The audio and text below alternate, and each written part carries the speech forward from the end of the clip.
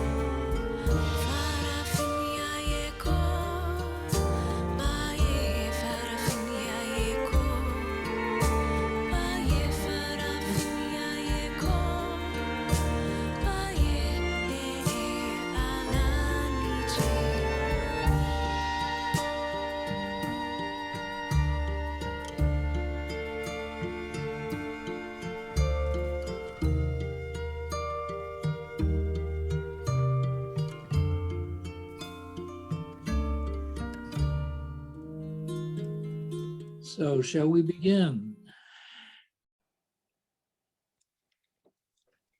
Yes. All right.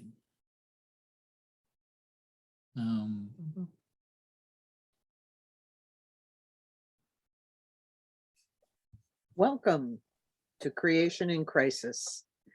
We are a webinar sponsored by Creation Spirituality Communities that meets on the first Thursday of the month at 4 p.m. Eastern Time.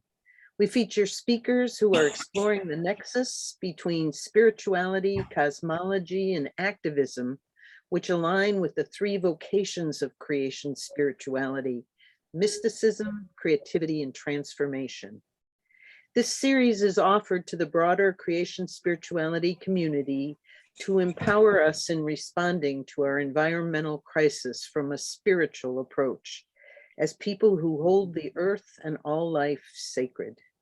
Our speakers address our crisis in creation through their experiences with earth activism, spiritual practice, science, cosmology, community organizing, research, environmental law, and the arts.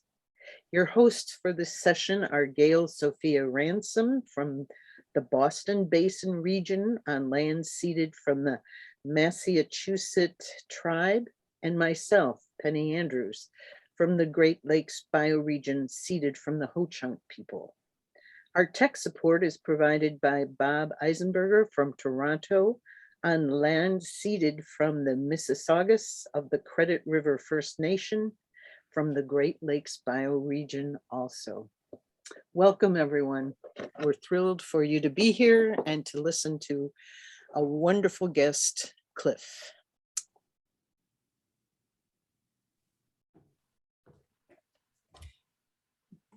Bob, do you have any instructions for us before we get started? No, I would just ask that everyone keep themselves muted unless you are speaking. If we do have a breakout session, I will manage that from my end and can just wait for what happens on the screen. Go ahead. Okay. Well, we're going things in a different order this time. Cliff is going to help us focus in and get centered before I introduce him. So we'll thank Cliff for offering his gifts and leadership for this moment in our webinar. Cliff Berrien. Thank you, Gail. Thank you, Penny, and thank you, Bob. It's good to be here with you all, and it'll be good to actually stop and center with you all as well. So let's start by breathing together. And if you feel comfortable to do so, I would like to invite you to close your eyes and simply take 3 breaths.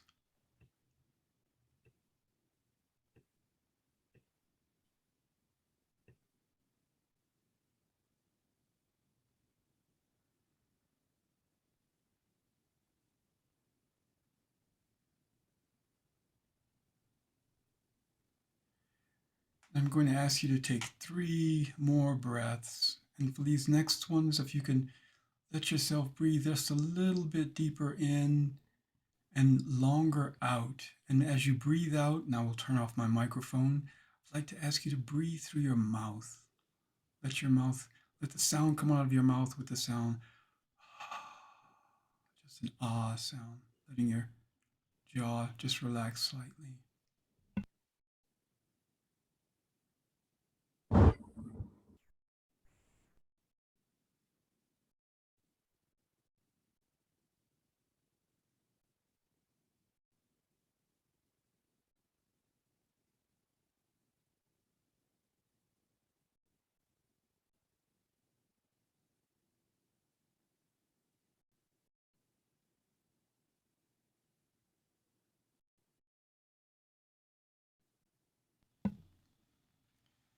Now that you're a little bit quieted down, just notice your whole body. Do a quick scan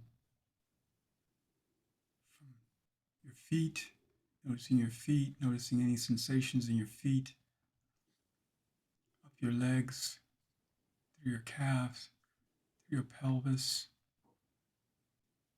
up into your trunk. Notice how your arms are feeling in your hands, your face, and your scalp, your eyes. And throughout our talk, throughout this time that we have together, Just notice the state of your body. I invite you to notice the state of your body and remember that you can return to this sense of relaxation whenever you're needing to, by just taking some breaths.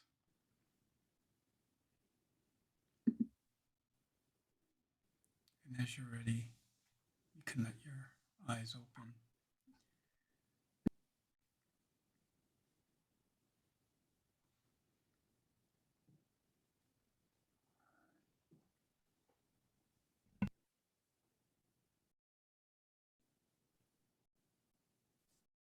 Thank you, Cliff.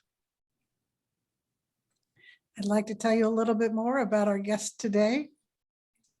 Cliff Berrien has over 40 years of experience as a drummer and percussionist, a DJ and music educator focused on the rhythms and music of the African diaspora and many other global music traditions. He has used his degree in psychology and a substantial interest in wellness of body, mind, and spirit to focus on studying cultural expressions of collective joy as transformative ways to develop creativity, cultural dexterity, and contemplative somatic awareness. He is currently collaborating with Mexican musician Mark Anderud to prepare the soundtrack for a course taught by a Nigerian philosopher, writer, activist, and speaker, Bayo Akamolafe. In this webinar, Cliff uses visuals, poetry, music, and short practices as an invitation to consider the strictures of modernity and to take a more cosmic point of view. Using the book Race and the Cosmos by Reverend Dr. Barbara Holmes, with whom Berrien has worked, and considering the wisdom of Dr. Martin Luther King, Thich Nhat Hanh, and Vanessa Machado de Oliveira, Berrien offers a wide perspective of race, identity, and what it might take to become the beloved community. Cliff, we are very pleased to have you here. I'm very pleased to be the recipients of this wealth of experience and knowledge and dedication that you have put to this subject. Welcome.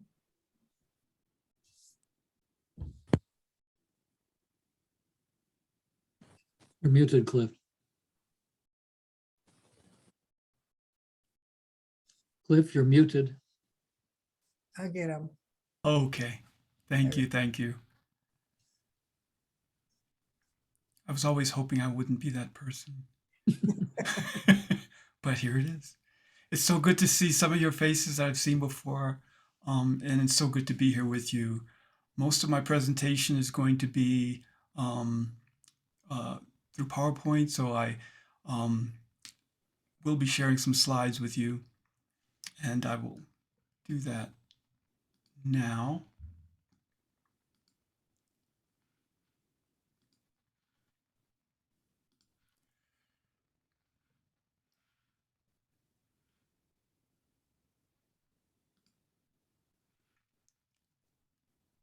Okay.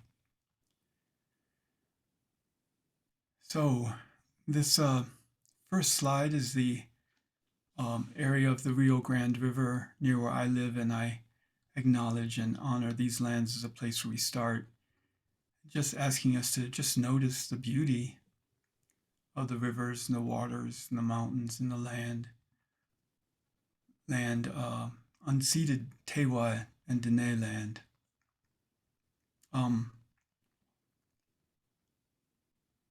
And I do want to say that this presentation is going to be a little nonlinear, so I will ask you to be willing to meander with me like this river is doing from one place to the next. And I hope you enjoy it. For those, I know that there are some of you here who have seen parts of this presentation, but I've tried to change it up for those of you who have not seen it. And for those of you who have seen it, if there's any parts where you'd like to chant along with me, feel free to. So this evening, we'll be exploring some deep time perspectives that emerged from my first reading of the beautiful book, Race in the Cosmos by Barbara A. Holmes. Race in the Cosmos is a provocative idea exploring race, class, culture, and identity considered through a cosmological lens. I'll be supplementing that book with really important work of several other authors. But first, a little about Barbara. Barbara A. Holmes is a spiritual teacher, activist, and scholar focused on African American spirituality, mysticism, cosmology, and culture.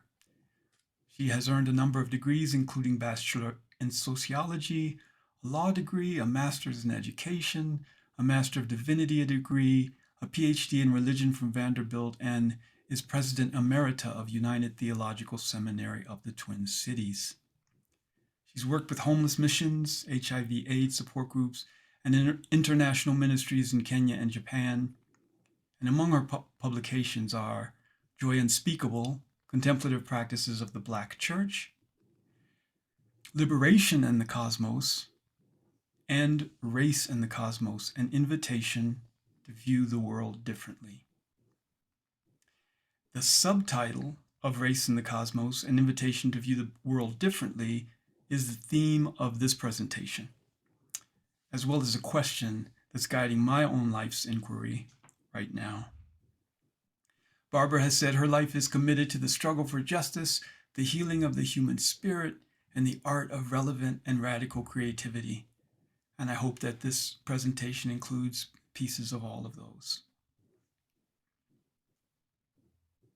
I'd like to share a video now so that you can get a taste of Barbara Holmes as an educator, theologian, and activist.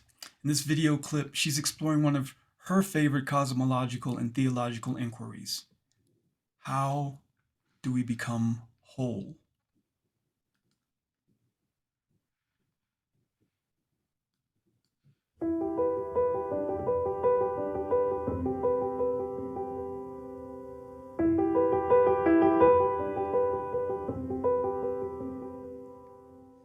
What breaks your heart apart, and what breaks it open? What breaks my heart apart is helpless people being subjected to the lack of caring of systems running amok. What breaks my heart is refugees, starving children. I was in South Africa and we were visiting one of the townships, and it was an orphanage. And all over the ground were babies of parents who had died of AIDS. And they were being cared for by 3- and 4-year-olds. And they were, because I obviously was a grown woman, they were reaching to me to pick them up, to hold them. I picked up a few of them and my heart broke. I wanted to bring them home with me. Inappropriate, you know, of course I couldn't. But what broke my heart is that they were helpless. At the same time, though, that was just me with my emotions and these babies that needed help. God was there. God revealed again to me what systems can do. But God was there to hold them.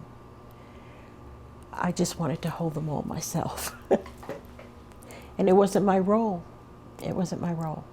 So sometimes you step back not knowing what God is up to or why things are happening to people. And all you can say is, I believe. And you have set me free. There's fire in my bones. And I will obey. I will follow. I will teach. I will write. And the things I don't understand, I leave in your loving hands. Where's God now? In me, in you. In the world, in the trees, the breeze, everywhere. We're inhaling God, we're exhaling God. What gives you hope in this cosmic Christ, this God, that we can be whole, that we could be made one still? Just because of book contracts? Because you have to? Well, the cosmology says it already is. We don't see ourselves in that way. If you go into fractals, there's wholeness. Everything devolves into something whole. And so I read David Bohm, I read the physicists, and I know there is actual discernible wholeness, and all it takes is for our eyes to be opened. And what can nurture that openness?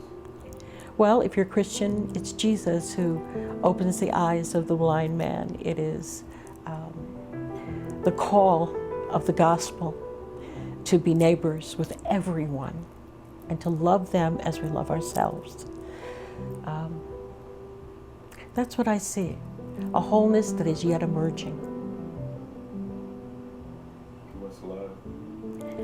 Love is the understanding that we're all one tribe. That as you love your mother, no matter what,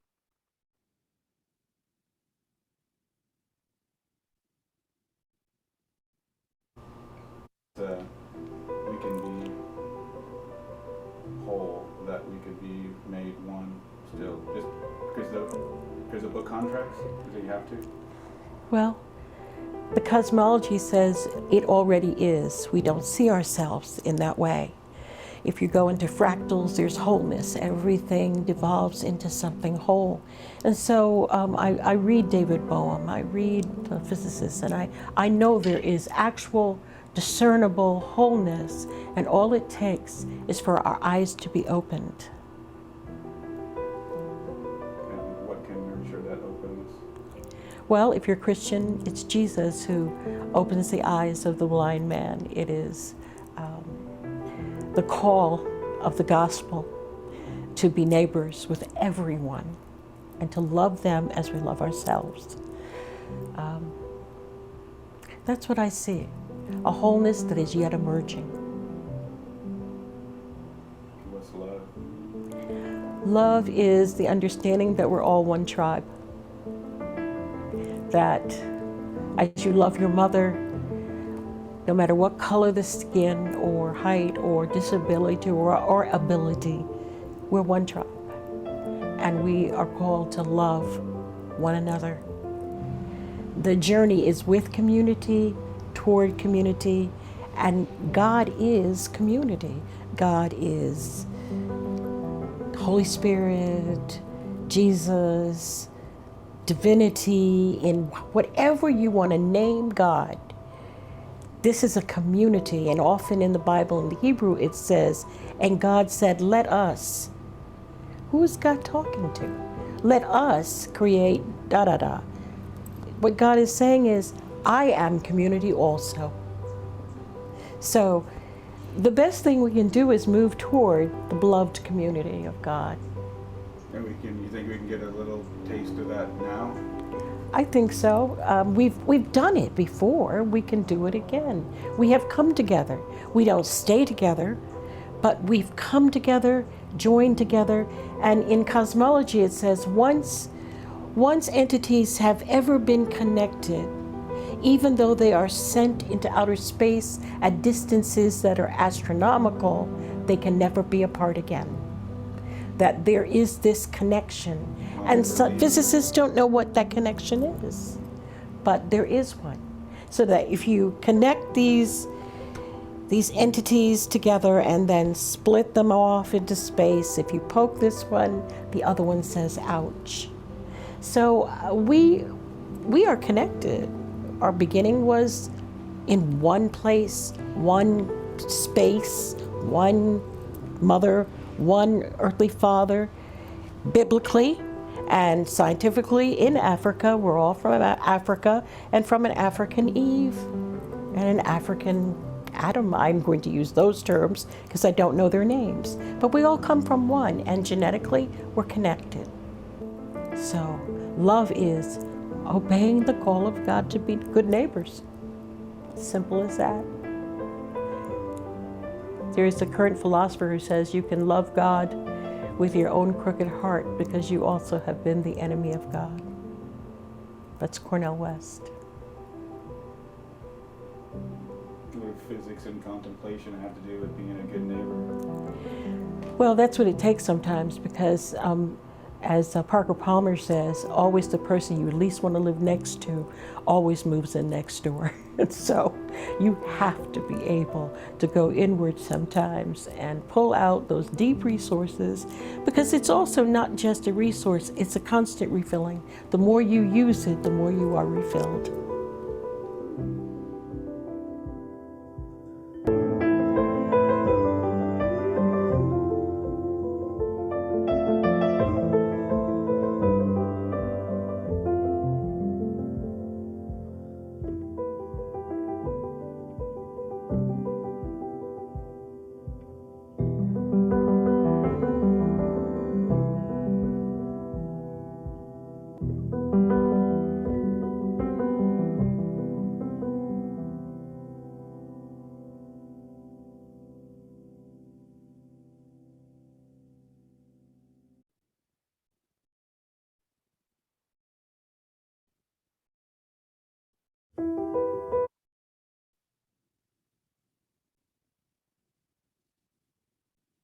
Ilia DeLeo says, "We are reaching a fork in the road. Two paths are diverging on planet Earth, and the one we choose will make all the difference for life of the planet. Shall we continue our medieval practices in a medieval paradigm and a mechanistic culture and undergo extinction? Or shall we wake up to this dynamic evolutionary universe and the rise of consciousness toward an integral wholeness?" And Dr. Holmes says further, "It is time to awaken to self, society, and the cosmos, for none of us has the luxury of sleepwalking through impending cultural and scientific revolutions." In the last sermon that he preached before he was assassinated, Martin Luther King Jr. urged us to remain awake through a great revolution. Barbara finally says, "We are not just citizens of one nation or other, but of the human and cosmic community. Awareness is the moment when we rise with eyes crusted from self-induced dreams of control, domination, victimization, and self-hatred to catch a glimpse of the divine in the face of the other."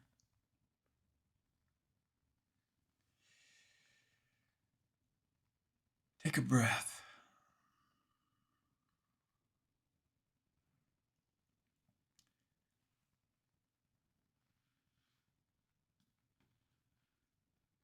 Barbara's talked about it and mentioned it.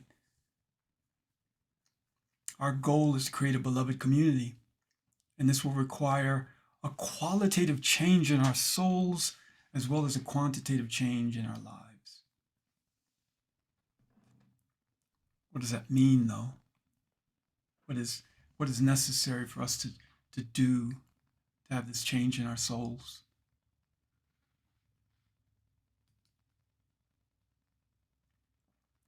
In her book, Hospicing Modernity, Facing Humanity's Wrongs and the Implications for Social Activism, Dr. Vanessa Machado de Oliveira asserts that there are systems that are faster than thought.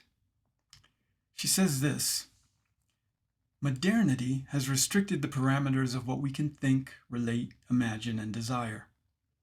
And our intellect alone cannot interrupt this in time. And said another way, modernity is faster than thought. This is why we cannot simply think our way out of modernity. Whatever we imagine when we're still invested in modernity will always only be a different version of modernity that secures the entitlements and enjoyments modernity affords us now." How do we get out of this loop? Let's pause and do a practice together. And for this, you can keep your eyes open or closed. I'd like to invite you to imagine that a friend has invited you to visit a farm. You go to the farm, and the farmer points out that he has to harvest some corn today, and you're welcome to grab a basket and pick some for yourself. You've never picked corn before. And when you come back with your basket full, you shuck your corn and display it, pull out your phone and take a picture of it. I want you to see that picture of the corn.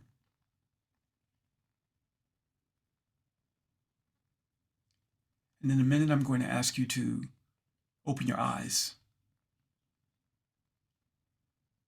Without raising your hand or anything like that. And while being aware of what is happening in your body, I want you to notice if what you see in the picture on the screen resembles your imagined harvest. Did your corn look something like this?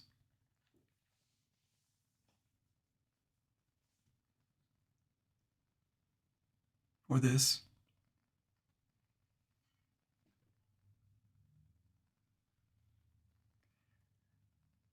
Now, I wonder if some of you might have imagined corn that looked like this.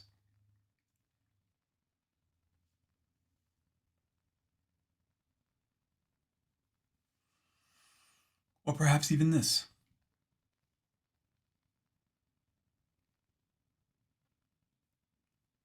If you didn't imagine anything like the last two images, and you only thought of yellow corn, you'd be like the majority of people who do this exercise, including myself, and there is a reason for that. I'm going to use information that relates to Turtle Island. Farmers in the United States grow under 10 varieties of corn. The most common of which by far is yellow corn. So that's mostly what you will see in the grocery store. This is different for states where there are large populations of indigenous farmers. You might see more varieties. But in contrast, Mexico has 59 varieties of indigenous corn. And Peru has 55.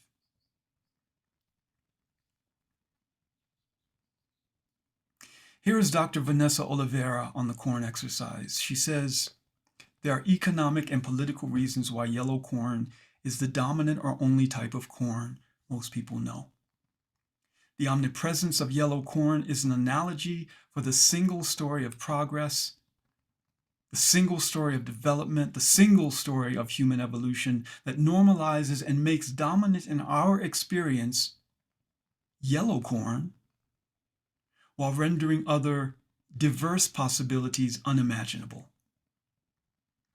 When yellow corn is the only imaginable and desirable variety, the multicolored corn cobs are perceived as either non-existent, less developed, or of lesser value than the universally desirable variety.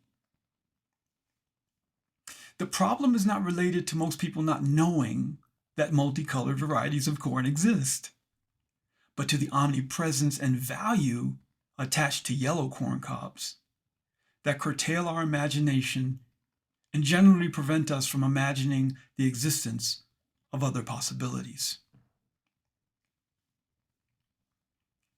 As Resmo Menakem would say, somatic abolitionist Resmo Menakem, yellow corn has become the standard by which all other corn is measured. We have to think about it, that this is one of the ways that modernity colonizes both physical and imaginative landscapes. And it reflects how the world has been divided between those who fit imposed and universal parameters of civilization or modernity and those who do not, and are perceived as representing a burden to the advancement of the ideal of civilization. Nigerian teacher Bayo Akomolafe says the following regarding the reasons we tend to imagine yellow corn faster than thought.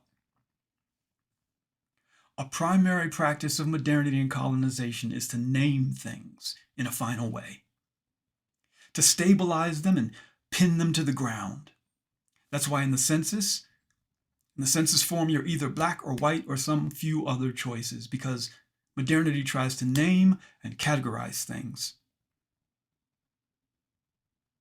But in a world that is relational, entangling, and entangled, there's no space for permanence.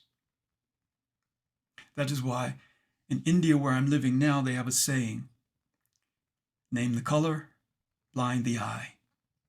As soon as you say, this is blue, you shut out the possibility available in the spectrum of colors that are possibly hiding like stowaways in the one color that you have violently named as blue. Violently? Why would it be violent to name something a color? I'm going off of my text for just a moment to reflect on something that I read in a book by Black theologian Walter Earl Fluker.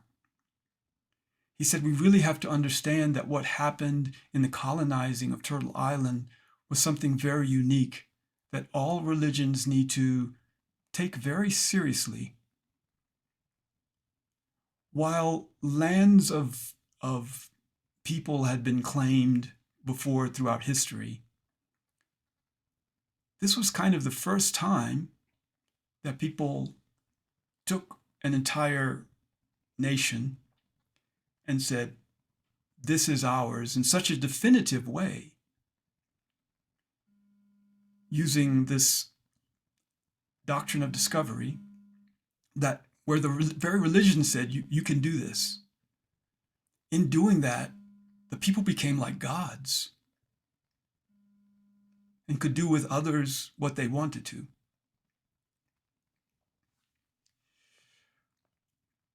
Is violence too strong a word?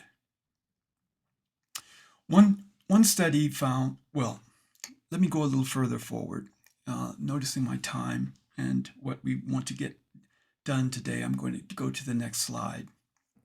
In Hospicing Modernity, Dr. Vanessa Oliveira speculates that separation is a feature of modernity, and she calls this separation separability. So earlier we had Dr. Holmes talking about wholeness, that we all sense that there is a wholeness. And she says she knows there is a wholeness. We all know there is a wholeness. But driven by expansion, colonialism, and resource extraction, modernity has employed this idea of separability to create the modern world. Separability is the foundation of the house of modernity, creating a sense of separation between humans and nature, which is also the basis of hierarchies of worth between and within human cultures. And it evolves affective and relational domains that are both conscious and unconscious. She says further that the foundation of separability is associated with human exceptionalism and anthropocentrism, and this sensibility has led to the extinction of countless beings.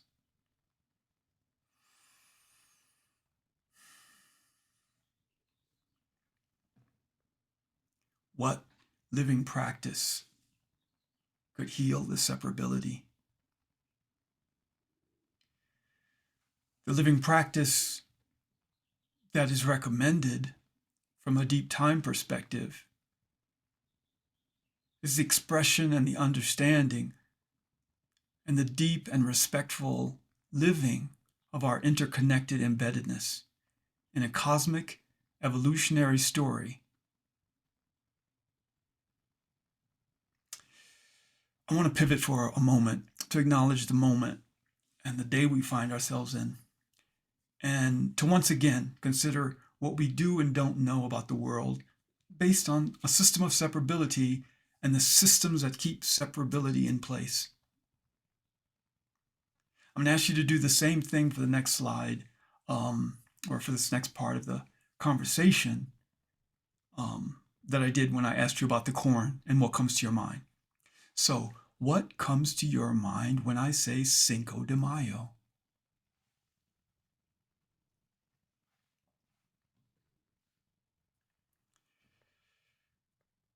What entanglement? What comes to mind? Did you know that this day represents the anniversary of Mexico's victory against the French forces of Napoleon III at the Battle of Puebla on May 5th, 1862? Contrary to popular belief, this date is not Mexican Independence Day, which is celebrated on September 16th. President Benito Juarez had canceled debts with European countries, which which drove France crazy and caused them to invade. Although the Mexican army led by General Ignacio Zaragoza was outnumbered, they won after a day-long fight. Many of its members were indigenous Mexicans from various backgrounds who united in solidarity against a common enemy. But this wasn't a fight just about money. Some scholars believe that the French were looking to invade Mexico and set up a base to support the Confederate South, which was in the midst of fighting the Civil War. The North had stopped exporting cotton to France during this time, which forced French textile manufacturers to lay off workers. France saw going to Mexico as an opportunity to forge a new alliance that would help the South maintain the institution of slavery in exchange for cotton. If Mexico had lost that battle, France could have colonized Mexico and potentially influenced the outcome of the Civil War. The French did gain control of Mexico City a year later, but the North had an advantage by then. During that time, Mexican-American activists in the U.S. celebrated the victory, recognizing the potential ramifications, but the holiday of Cinco de Mayo in the U.S. didn't go mainstream until the 1960s. That's when Chicano civil rights activists, noting the solidarity represented in the historical event, revived the celebrations, which mostly took place in a very small part of the country, as a mark of pride and recognition of what we can achieve together in solidarity. By the 1980s, however, brands had co-opted the celebration to capture revenue from growing Latin audience that was historically overlooked. And they started making the holiday mainstream by offering brands, particularly alcoholic ones. When I said Cinco de Mayo, did you perhaps think beer? Like yellow corn, it just came unbidden. Making the holiday mainstream offered brands, particularly alcoholic ones, to commercialize a cultural reason for everyone to drink in early May. The date is now one of the biggest days for beer sales in the US each year.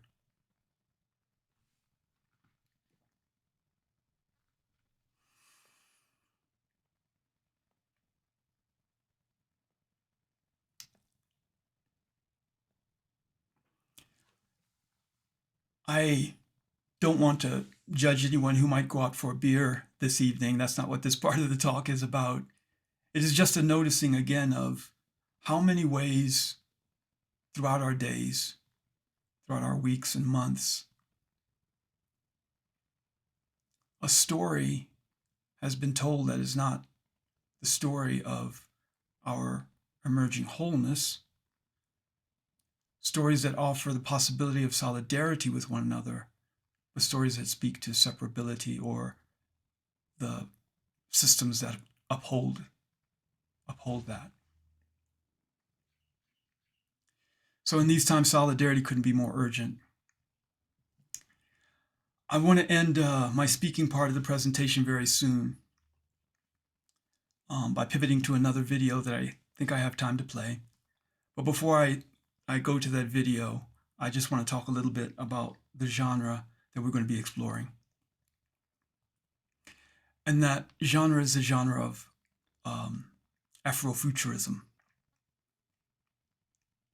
So Afrofuturism grew up in the 1960s with authors like Octavia Butler. As a woman wanting to be a writer, Miss Butler noticed that in the genre of science fiction, which she loved, she did not see representations of Black people in any futures that were being depicted. So she used the science fiction narrative practice of transfabulation as a decolonizing strategy to restory the worlds around us.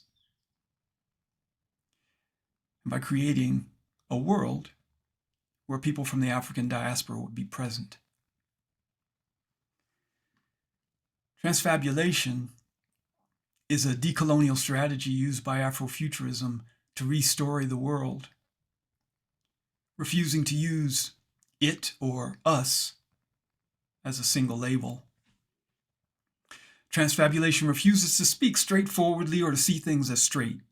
And as a collective practice, transfabulation can help bring people together by refusing the colonial in a way that can reorient us and lead us to new place-making, shape-shifting possibilities where instead of a geography of fixed things, we will have geographies of spillage, of fluid movements, of trees that are also oracles, stones that are pilgrims, parks that are screaming processions, skies that are maternal councils engorged with tears. Afrofuturist transfabulation invites people of the African diaspora to begin to see ourselves differently, not as prey, not being in a constant state of resistance, but as time travelers and dreamers and conjurers and pilgrims. Afrofuturism is more than just breaking down racial constructs.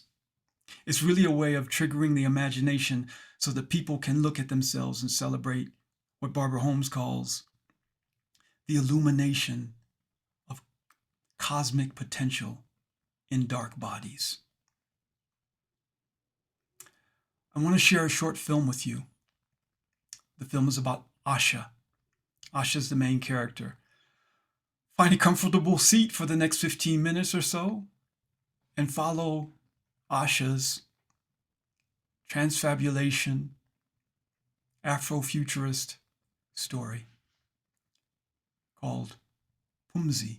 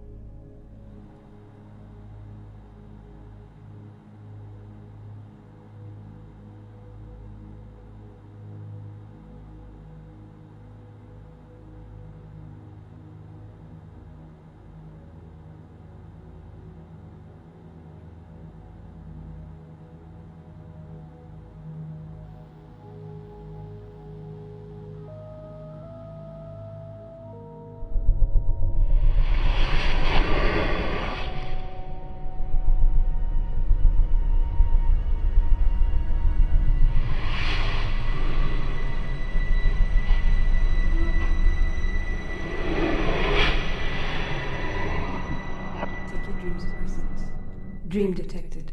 Take your dream suppressants. Dream detected. Take your dream suppressants.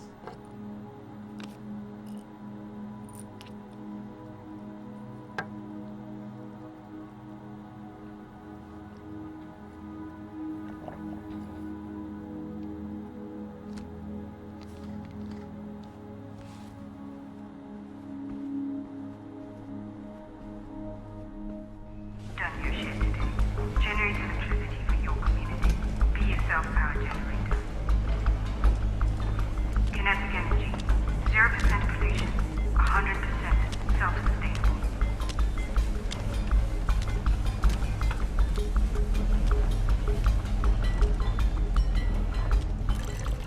Level 3 workers must report to their energy sources.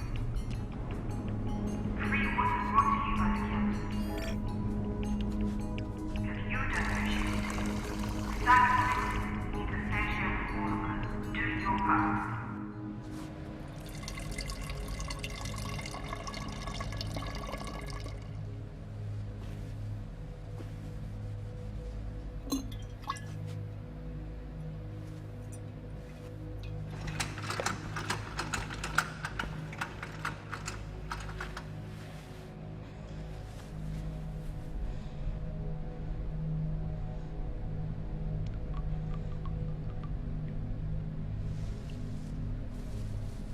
Water purification starting now.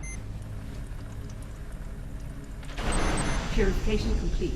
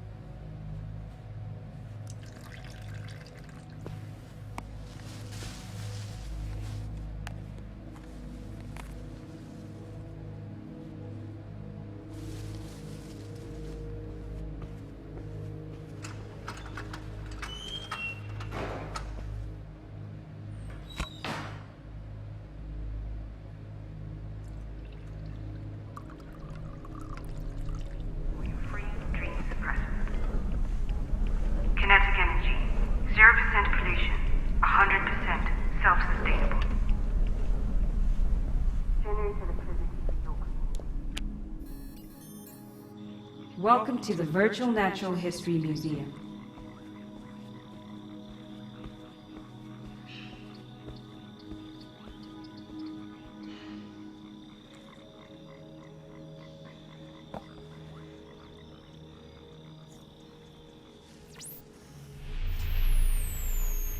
Status report.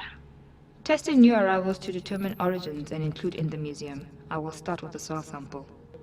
Soil sample. The one you sent. The box with no delivery note. I didn't send anything. Report it to security and move on.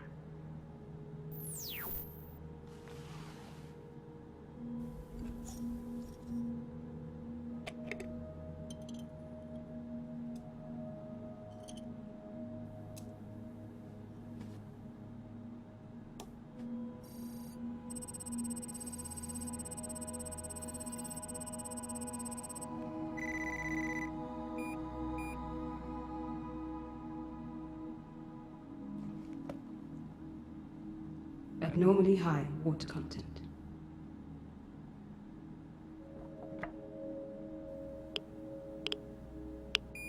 No radioactivity. No radioactivity.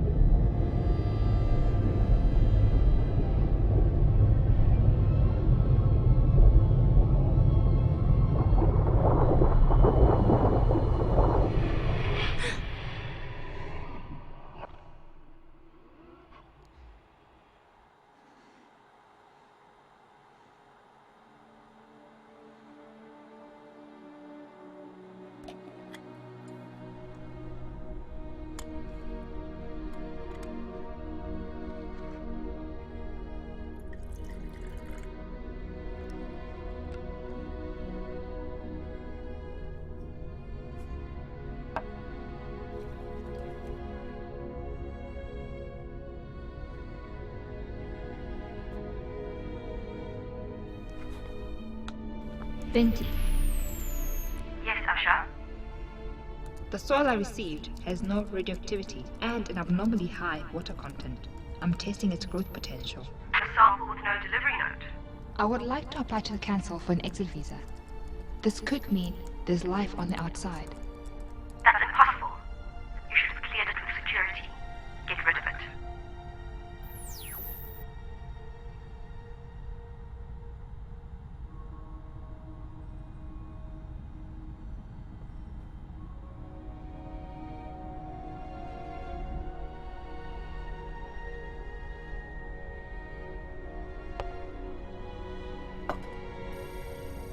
Unauthorized procedure. Prepare to meet council in 3, 2, 1. I found the perfect soil sample and planted the mighty seed.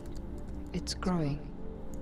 I'd like to apply for an exit visa to go outside. If I could find the original soil, I could... The outside is dead. But the soil is alive. You are not qualified to determine that. Forward your work to the science lab. Exit visa denied. But I know it's alive. It has to be. Look.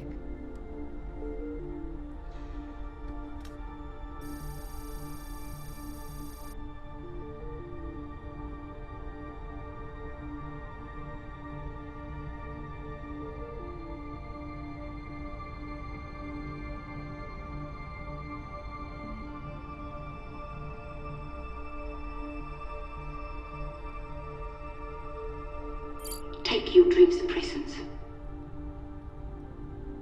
I have...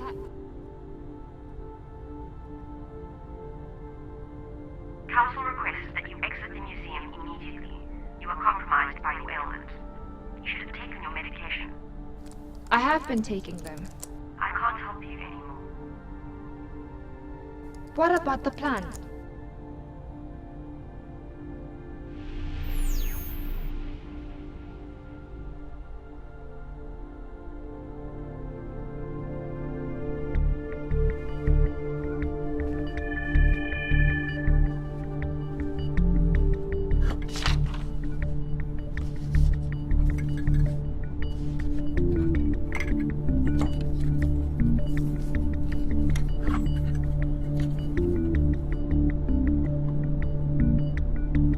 Welcome to the Virtual Natural History Museum.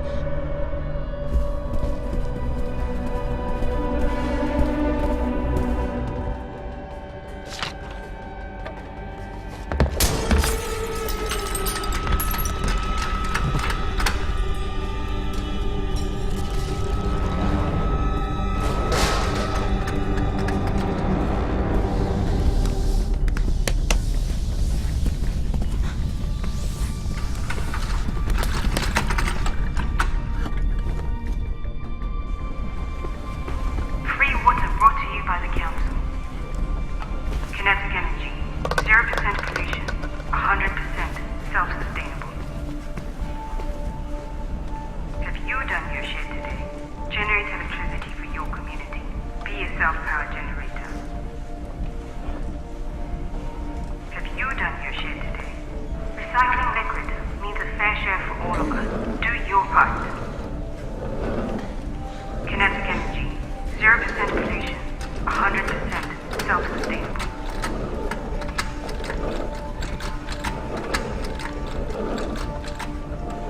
Have you done your share today?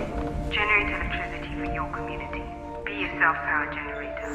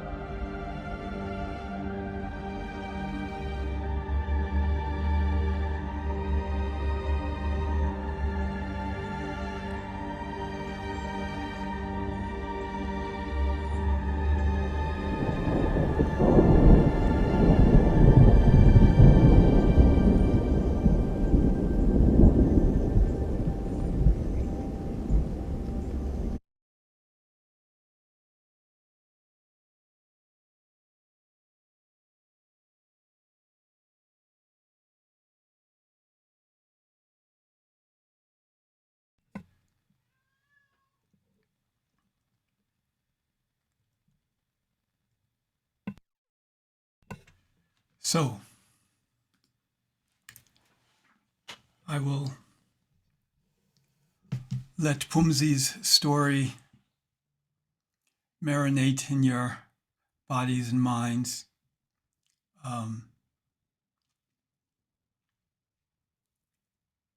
Without any further comment about it.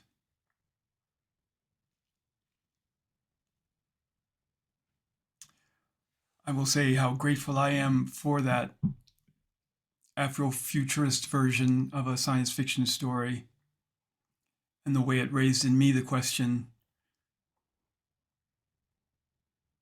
what is ours to do in times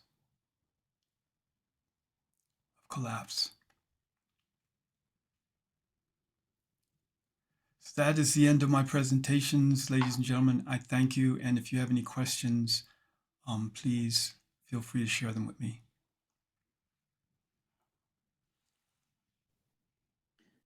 If you have a question, I would ask that you click the reactions button and the raise hand button there. That will bring you to the top of our screen, and we can recognize you for your question.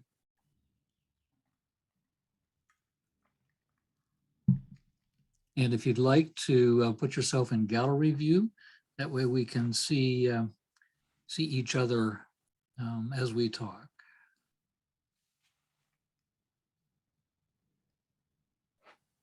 Are there questions for Cliff or comments?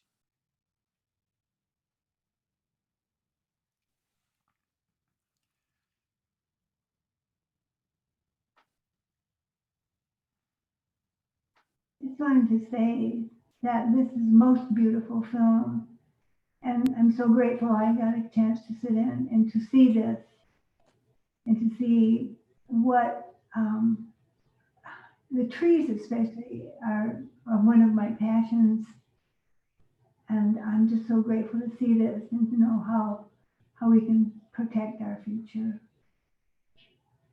with them. There's another. Thank you, Beverly. Thank you for that reflection. Thank you for showing this to us.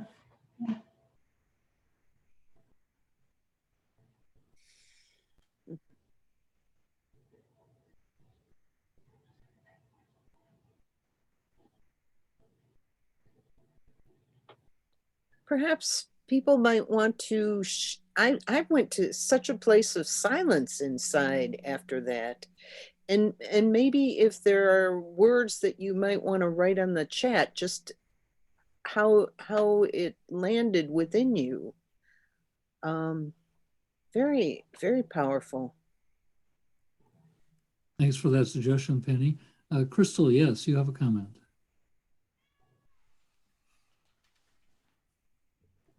I'm sorry, I think you're still muted, Crystal. I just want to thank Cliff so deeply for that incredible video. I think it is extremely powerful, and for me is a real invitation to make the sacrifices that are required now in order to save the planet. To make the sacrifices, even to the point of our life, I think, if we're going to save the planet. So thank you, Cliff, so much for blessing us with such a profound video and its message.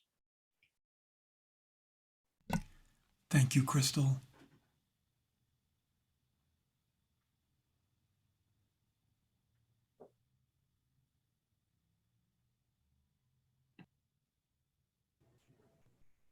Feel free to share it with others. I will put the name of the film in the chat. It's available on both YouTube and a few other formats to see the entire video. Okay. I'd just like to say, Marjorie here from Montreal, I'd like to just say that it's the first time I open up to the idea that with so much loss, there's also loss of freedom. People desperately trying to survive will often then have some groups that'll take over and people lose their freedom. And they lose their ability to create or imagine something different or an ounce of possibility, you know, that I think it represents us in a way at this time in the world that a lot of people are afraid to say something else is possible. Another way of living is possible. Growing our own food, for instance, is possible. You know, it's something. It's futuristic, but it's also very, very relevant to the present, I think. Thank you for this, Cliff. Thank you so much, Marjorie. I wanted to just briefly connect some of what we explored beforehand, for example, the corn, the imagery of the corn. And I would love to know anybody's reflections on that, if anyone had an experience with that. But one of the parts of that story was we are told a certain way that the world is. We're told by commercials what Cinco de Mayo is. But I saw that film, I think 3 or 4 times before I saw in the beginning of the film one of the more important parts about the society that she lives in, which is that everyone in that society has to take dream suppressants. The medication that you have to take to be part of the society is called a dream suppressant.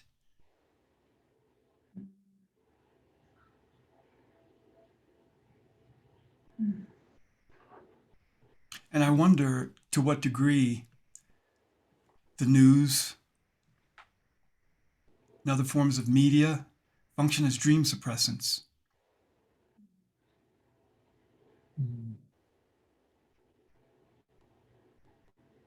Marianne, you have a question or a comment?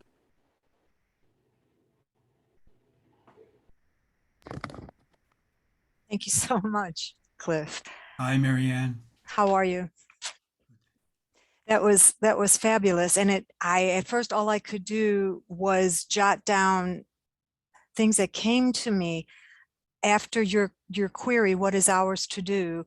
And one of the lines that came to me, the last full measure of devotion. And I can't remember where that's from, but you know that. And then I thought blood, sweat, and tears. And that put a different twist on that old sci-fi trilogy Dune. I haven't seen the new movies yet, but yeah, this business about dream suppressants, it was necessary for Aisha to follow her dream and trust her dream. And that made me remember the exercise Gail Warcello did with common dreaming. And I think probably we all need to do more of that. Thank you again, Cliff. Thank you. Thank you for being here present with me, Gail, after seeing my face so often in the course already that we're taking together. But yeah, I love what you just brought up, because part of what I hear in it is, it reminds me that many indigenous cultures, one of the first activities of the day might be sharing your dreams with each other. And it makes me wonder, what would it be like if we did that more often, collectively? Roberta. Hi, thank you for being here. That was beautiful. This entire presentation has been beautiful. One of the things that I wanted to say is we're living through, with all the media and all the ways that we have to connect with one another, we're living through a time of unprecedented gaslighting, where we are lied to so profoundly. And of course, this is not new, but it is you know, through the media, it's perpetrated in such a broad way. Just on a personal note, I'm recovering from chronic Lyme disease. And that is, you know, there's unbelievable gaslighting around that and suppression of information. And it's also likely an environmentally generated, or at least partially environmentally generated disease. So I just think that we need so much education and we need so much truth right now.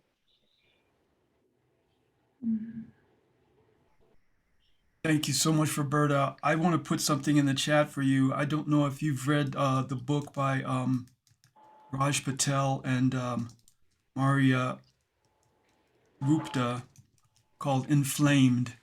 I would love to just recommend that book to you. I can't even begin to say how good it is, but it speaks to what you were just exploring. Okay.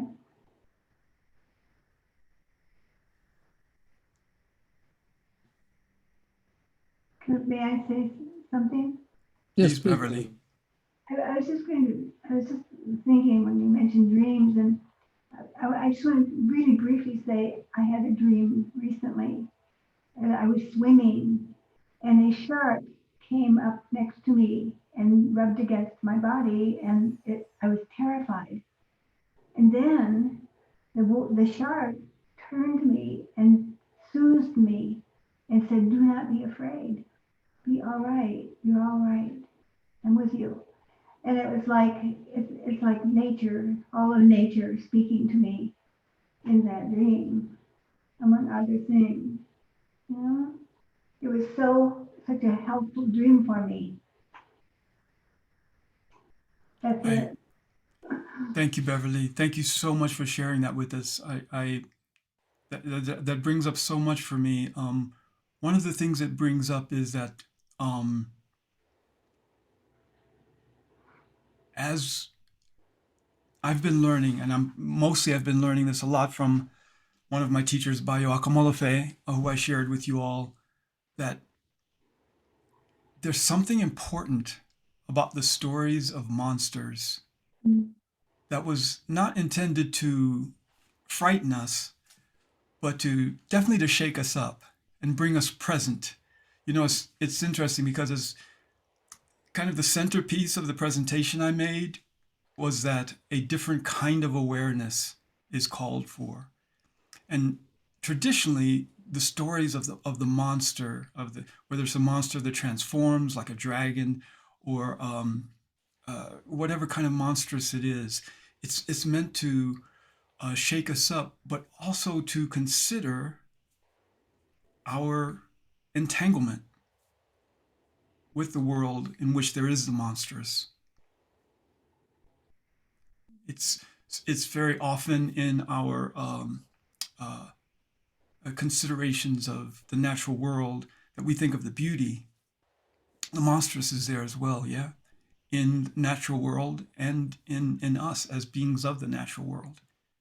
And stories like the beautiful story you just shared are such a gift from the deep psyche, right? To connect you with that paradox of our entanglement with all of it.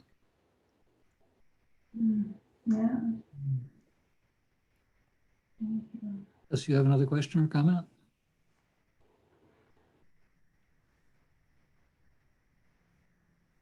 Crystal, did you have another question for us? You're muted. Yeah. Hi, Jennifer. I wanted to share with Cliff about a little bit about the dream world. In 2016, I went to Ecuador to work with an indigenous tribe in the Amazon forest who were trying to stop the Chinese from coming in and stealing their land in order to drill for oil. And these are dream people.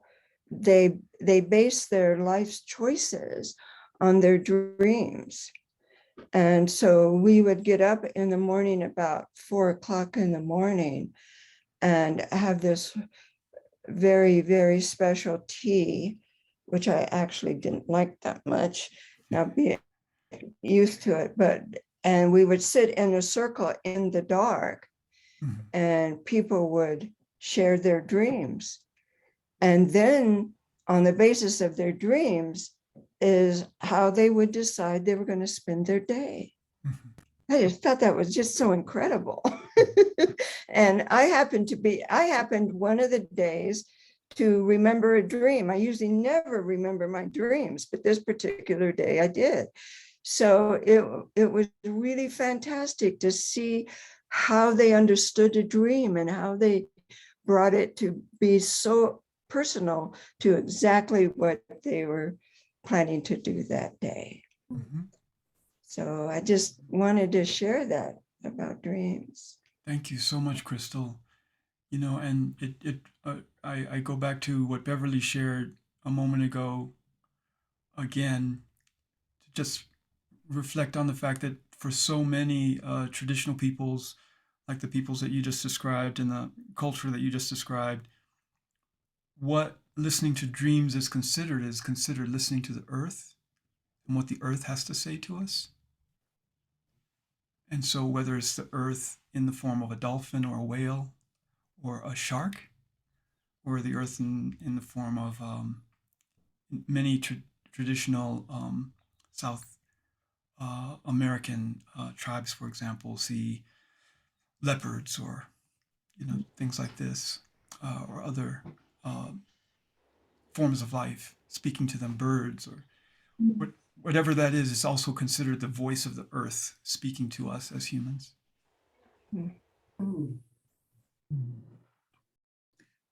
Gail, yes. This talk of dreams reminds me of Jeremy Taylor, who, for those who study creation spirituality, most of us wanted to take one of his courses. And he would talk about dreams as kind of teachers of what's coming next in the future. And you could consider them, if you wanted to, by your own terms, divinely set in us. And so that what I remember was that the early peoples before language heard this little chattering, in their dreams, which of course became language. A couple thousand years later became their languaging. So I'm stunned with this idea about being in a dream and being kept in a dream. I don't dream. I don't know why. I just never, well, I do dream. I don't remember very many dreams, but we're living in this dream, right, of modernity, right? We're living in this dream that this is it, and this is any decisions we have to make, thank you, Einstein, are within this construct, which is not true, and to give us the dreams from advertising, to give us the dreams that we're told what it is and who we are, so much by people who are, I think they're just pulling a paycheck.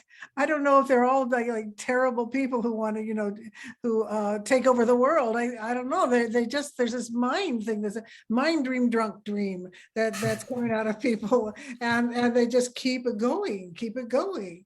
And it seems to me, what I'm taking from your fabulous presentation is that we need to let ourselves go beyond that. As you said, going on beyond the yellow corn, to all those fantastic colors of corn, to go beyond that, and to allow other possibilities for us to have to step out of what is a mind prison, a mind squaring off, so we can't move forward. So I thank you very much. That's very powerful for me to think in terms of the image you have just given us. Thank you. Thank you so much, Gail. Thank you for inviting me. And thank you, Bob and Penny as well. In that film, I just want to say that there was such an emphasis on control, report it to the security. And how often don't we think, this is supposed to be protecting us, taking care of us.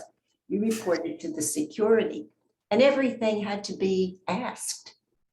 Can I go out? Can I have permission, to go out and so on?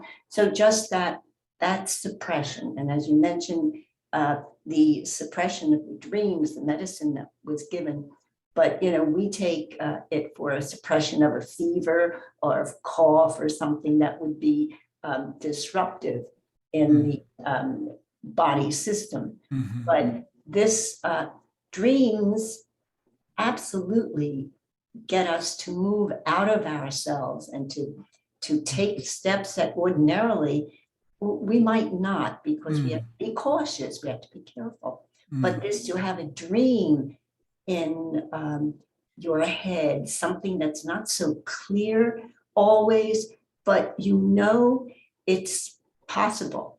But if you take the action, if you take the steps. And I loved how she kept her focus on this being alive and a little bit of water. She always had that little bit of water to keep it nourished. And her emphasis was not on herself, but it was on this new life. That was the important thing, new life. And she even planted it there. I just thought it was beautiful. So responding to the question from the Patricia from St. Louis, can we see this again? Because there's so much in it. That yes, by about this time tomorrow, Bob will be posting the video on the Creation Spirituality Community's YouTube YouTube channel. Well, thank you. Channel, web channel, and we are a part of that. We're a one list within that, and so you can find that and many of the other ones, including Margie, who I still see right in front of me, and Penny, both of whom have, and Crystal, who have given beautiful presentations as well. And so if you go to that, or you can take the piece that I sent you out today, and at the bottom there's a link right there that sends you to our whole list of videos, and you can watch and revisit some of the things Cliff has told us today. And I'm going to have a slide, and when we're done here in a few minutes to show you some of that detail as well. Okay. Oh, do we have time for the song, Gail, or do we not have time? It depends on how fast we are with our do you have time? I think. Do you have time? Myself? Yes, I do. Okay. Do we have anything else, Penny or Bob, to say that would need to go before the song he brought for us? We have a couple of announcements, Cliff. Would you rather play the music before or after that? If it's okay with you all, I'll play the music after. Sure. Great. Good. Thanks. Okay. Thanks for your time. So yes, thank you by all means so much. If I may, I have a couple of words, and then Penny has something to share as well. So for those of you who may not be familiar, we have a presence, we have our own website for Creation in Crisis, and it is a part of Creation Spirituality Communities website. And you see in red at the top of the screen there, cscommunities.org, and you can either fill this in, creation-in-crisis, or there's a link on that page itself that will take you directly there. And we're also on Facebook. If you are active on Facebook, you can search there. There's a search bar at the top of that page, and you can simply search for Creation in Crisis. And you can like the page there, and you'll see announcements as things get posted there. And we are also on YouTube. So if you've got a pencil handy and are fast at writing, you can copy that is in red there. That's a shortcut. But if not, you can simply go to youtube.com. And from there, if you search for Creation Spirituality Communities, and if you're familiar with YouTube, you know that one of the ways they format things is they have a playlist. And so if you click on playlists, you'll see one there for Creation in Crisis, and you'll see all the videos that have been posted by speakers. And as Gail said, this one will be up within about 24 hours at least. So those are ways that you can communicate with us. Since you've attended this session, you'll continue to get announcements about future sessions.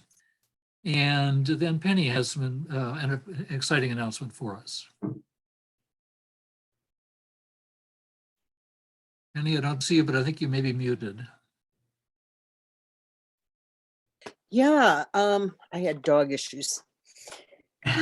So the creation spirituality community, sorry, I still have dog issues.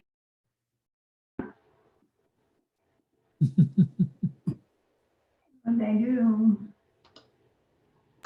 They are doing a certificate program now for creation spirituality.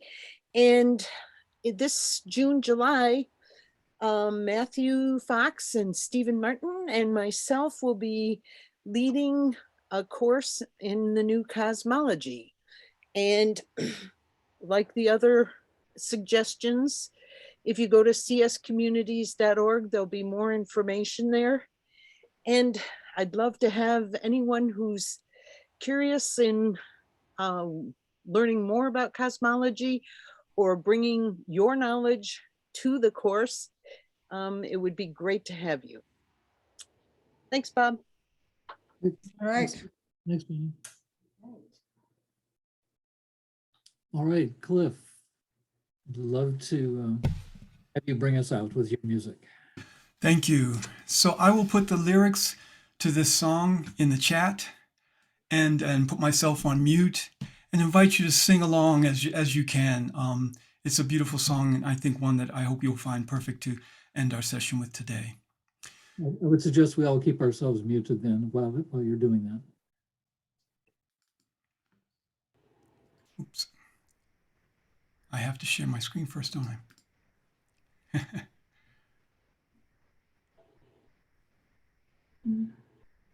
Okay, here we go. Enjoy.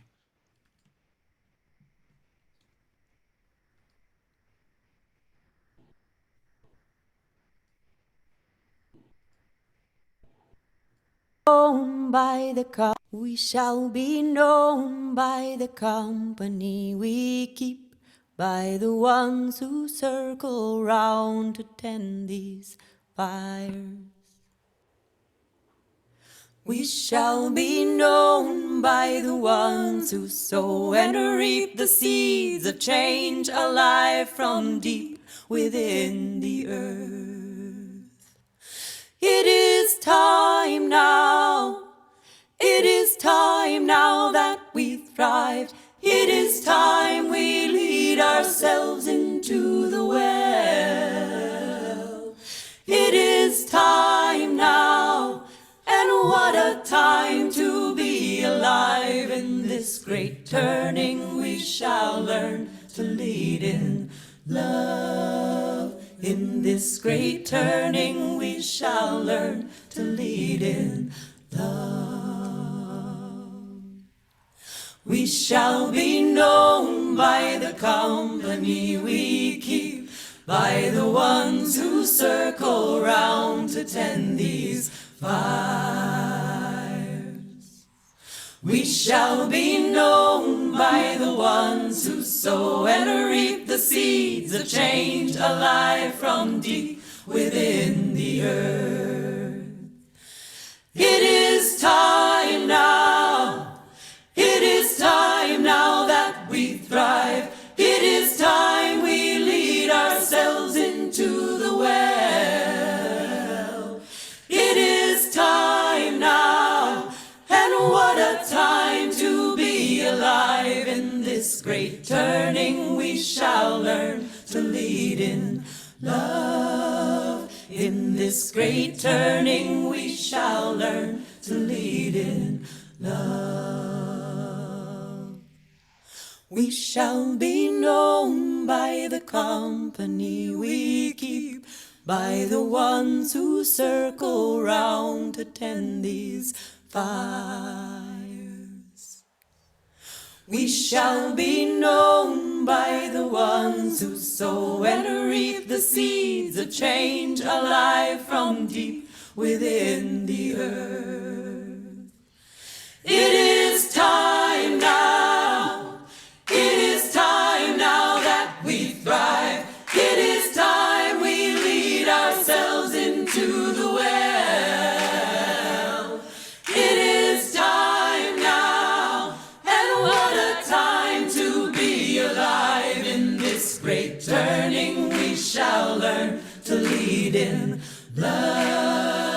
In this great turning we shall learn to lead in love.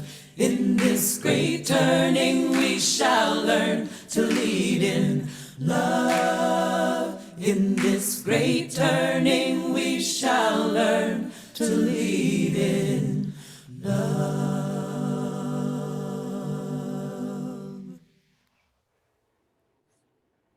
Thank you. Thank you, everybody. Thank you very much. Thank you, everybody.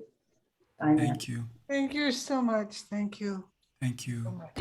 Wow. Thank you, thank you, thank you. Yeah, Wow. Virtual Blessings. hug and kiss, virtual hug and kiss. Thank That's what you we all. do- Thank you, That's what we Cliff. do in Peru, in Lima, Good to be Peru. with you. Oh, God bless. Bye-bye. Wow. Wonderful. Bye. Thank you. Thank you so Bye. much Thank you all. for being here. Thank you very much. Very good. Bye. Thank you so much, Cliff. Thank you all.